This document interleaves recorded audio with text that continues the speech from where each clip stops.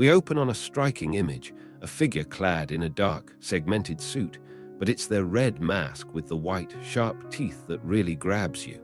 They stand boldly against a pale yellow background with a menacing red circle behind them. But that's not all. Swords are piercing through their body, blood splattering. It's a brutal portrait of violence, a shocking start to our story. We're now over the Gulf of Mexico, near Arcadia, where a sleek white aircraft is navigating the skies. A voice, tense, declares, "No, this is all wrong." Inside, we see a figure with long red hair standing before a screen filled with technical data. They are trying to get answers, shouting, "Anybody? X-23, Shogun, Death Strike." Another figure appears on screen, glowing with a red outline. They seem to be in charge, yelling, "What's happening down there? We can't afford to lose any of you right now." Frustrated, they declare, "I knew this was a mistake. System, bring the weapons array online." But the system rejects the order, throwing back an error. The figure with fiery red hair becomes more desperate. "Override. System, override and give me all available weapons." Another error. Then, with a bang, the figure slams their fist onto a console, her blue skin now visible. She quietly says, "Mystique." The camera focuses on her distraught face. The scene shifts, and we're confronted by three imposing figures, their bald heads and glowing red eyes piercing the blue background. Black tendrils seem to erupt from their backs and arms. They're surrounded by bursts of yellow energy, and the center figure is mostly naked with a black armor on the arms and chest. Their hands are outstretched, and the energy seems to crackle around their limbs. One says, "This isn't a mistake," while another voice counters, "It's a trap." The third adds menacingly, "Your ship belongs to Sinister now. You belong to Sinister." The word trap is overlaid in red over the figures. We cut to inside Sinister's lab, where chaos unfolds. A figure in a white and gold suit with metal claws faces a wave of pale figures with black tendrils. One of these figures speaks, "Guard. They're all over us." Another voice confirms, "Yes, X-23. The scene then shifts to reveal more of these tendril-clad figures, all advancing menacingly, with three others in black uniforms standing calmly in the middle. A voice booms, and every second brings you closer to Sinister's total victory. One of the figures in black adds, "You ruined his experiments. You trashed his laboratory." The third says, "Did you think he would forgive you?" X-23, now with blood splatter on her suit, battles against the tendrils. She replies defiantly, "No, Neuro, but I did think he'd want to forget us." The final shot shows a close-up of a face with a white helmet, eyes narrowed in anger as they mutter, "Oh, very droll, maybe we'll keep you." As for the rest, the fight is on. A blond man with claws snarls, "Disassemble them," while blood flies. "I'll disassemble you, you smart-assed freak," he adds. A figure in a black and red suit leaps into action. "This is beneath us, Sinister. Face us yourself." Another figure, dressed in red and black with a sword on the back, argues. Meanwhile, another character laments, "Dakin, you're all crazy. I just wanted to help my friends, and now they're trying to kill us. I don't know what to do." Another cries out, "Death Strike's crazy if she thinks Sinister will ever fight us on level ground." The red-masked figure commands, "Do what has to be done, junk. Fight until your last breath." The word "fight" fills a panel before we focus on a figure with a sinister smile and a red diamond on their chest as they chuckle, "Heh, heh, heh." We are now looking up at Sinister, his wide, menacing grin visible as he towers over everyone, with the word HAHAHA written in green above his head. Below him, a battle rages, the tendril-clad figures swarming. A voice yells, Neuro, just end it." Sinister wants revenge, fine, but this is too much. Another voice says, "You said you could deactivate them or whatever. Use Cornelius control words. Take them over." One more voice expresses their distress. "I don't want to see any more of this." Another voice cuts in sharply, "Skell, shut up. You should be feasting your eyes. Look." The camera looks to show the overwhelming number of tendril-clad figures lying on the ground with blood and gore. A voice declares, "These are some of the deadliest warriors in the world, and we're here to watch their last battle." We see Lady Deathstrike falling backward against an orange background with a cascade of black figures with tendrils reaching towards her. She's splattered with blood.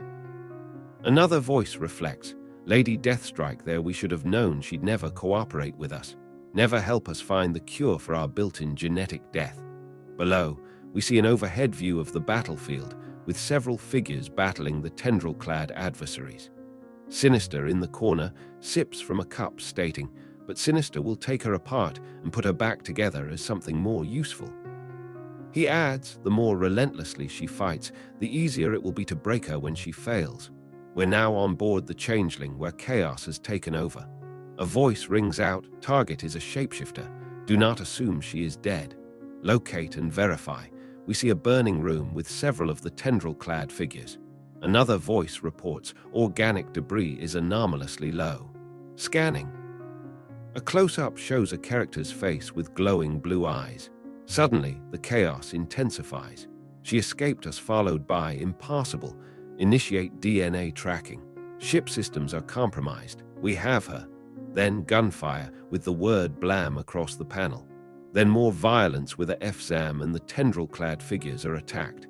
One of the figures says, Sinister wants you alive, Mystique, but you don't need to be in one piece. The scene cuts away to show a figure with blonde hair, clad in a brown and orange suit, who is now standing atop a tall industrial structure and is covered in blood. The figure is looking down at the tendril-clad carnage below. A voice narrates, look at Sabretooth, for God's sake, Skell. And you're telling me you don't want to watch this? Another voice reflects, you're never going to see anything like him again. He's got history with Mr. Sinister, so he's going to give this one his all. Another speaks, makes you wonder if this is the only reason he stuck with Mystique and her crew.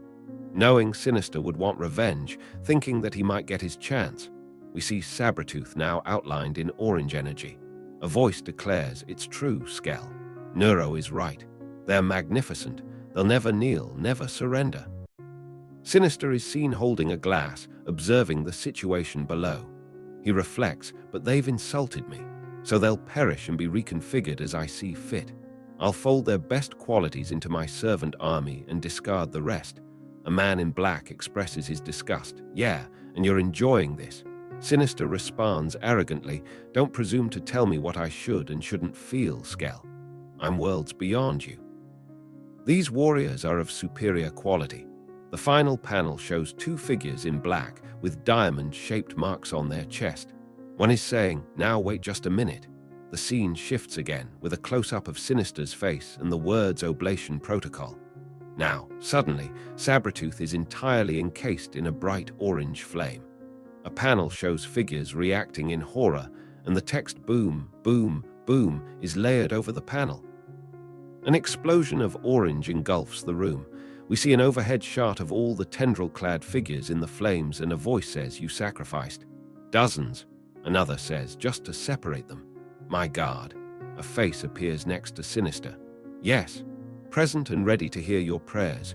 We are in a fiery, damaged room where a tendril-clad figure stands over a fallen body.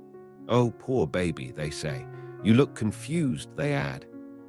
The camera shifts to a close-up of another tendril-clad figure, who says, you believe Sinister seriously thought 3 clones could handle me. He sent you to me. As a gift. They add, what? No, I. The figure turns towards another one, who says, you are attempting to confuse me, but I am one of Mr. Sinister's perfect creations. I cannot be tricked or intimidated. Another tendril-clad figure is seen falling in the background. The text snicked is across the panel, followed by there is no escape, Mystique. For you, finally, a close-up on glowing red eyes says assessment. Direct engagement is untenable, but your death is assured nonetheless, Mystique. Initiating forfeit protocol. We see a massive explosion ripping through a structure, with fragments flying everywhere. The scene shifts to show the figure with blue skin and red hair standing amid flames. She stands on a high ledge, the structure destroyed all around her. Oh hell, she says. The figure with blue skin and red hair is back in action, her eyes glowing with determination. My prisoners. Portal. Siphon, she says. Next, we see her gripping a metal handle saying, can't let them die. We see her falling, yelling, Ah, ugh, the final shot shows her desperately reaching out as she plummets through the air, declaring no. The battle continues with a blond man with claws crashing into multiple tendril-clad figures, the sounds thunk and crack echoing. A figure in purple yells, "No. Dakin, I think I can get us out of this." Another says, "I've been figuring some stuff out. But you might get hit too. It could be bad. You could die." A shirtless man with a determined look commands, "Do it." The camera closes in on a tendril-clad figure attacking the purple figure who says, "Ugh, I always wanted to have superpowers." And then, as a claw comes to their face, says, "Gonna get a cool costume, move to New York City," as electricity crackles. The figure in purple is now crackling with electrical energy, surrounded by the tendril-clad figures who are being blasted back. The sounds crack fill the panel as they yell, "Electric eel. Didn't see that coming, did you?" Woo yeah, they are completely surrounded by the blue energy and all of the tendril-clad figures are being pushed away. Another figure says, "Oh," as they are caught in the blast. Finally, a shirtless, buff figure looks down and says, Okay, I stopped his heart. I can start it, right? 3, 2, 1. A shirtless figure is lying flat, with electricity coursing through their body, screaming, "Harag." A figure in a blue suit kneels over them, stating, "Yeah, I did it. I freaking did it." Japanese text is layered over the panel. A figure in a red mask leaps into action, sword in hand, surrounded by multiple figures in black uniforms. The figures are being blasted back. In another panel, the figures in black uniforms are being sent flying as a voice says, "Impossible." What? Another explosion sends more figures flying and a voice marvels, "Incredible." The red-masked figure is battling a figure who has flames emanating from their arms. The sounds "wak" and "SSSS" are layered over the panel as the red-masked figure is struck and knocked down. In the final panel, we see a figure with a cape watching. The figure in the red cape reels back, screaming, "Aauak." The word SHKT is layered over the panel. Meanwhile, a figure in a white and gold suit grabs at the ceiling of the room.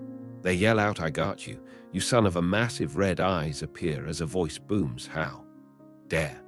Then, the figure in the white and gold suit is blasted by a powerful energy, sending them flying as they scream, How dare you?" Sinister appears in the next panel, his eyes glowing red, and a phrase "Parquibula fluus dissembler" is written out in green. A figure in blue with dreadlocks asks, "Control words." He said all of them at the same time. A final panel shows the figure in blue looking up, with visible damage around them, asking, "But how?" The final panel shows the ship above crashing through the roof of the structure. Red flames and debris fly everywhere. The sounds "RRRRCum" fill the panel as 4 figures look up in shock. One says, "Oh hell, thanks for tuning in. Stay curious, stay awesome, and don't forget to hit that subscribe button for more amazing content."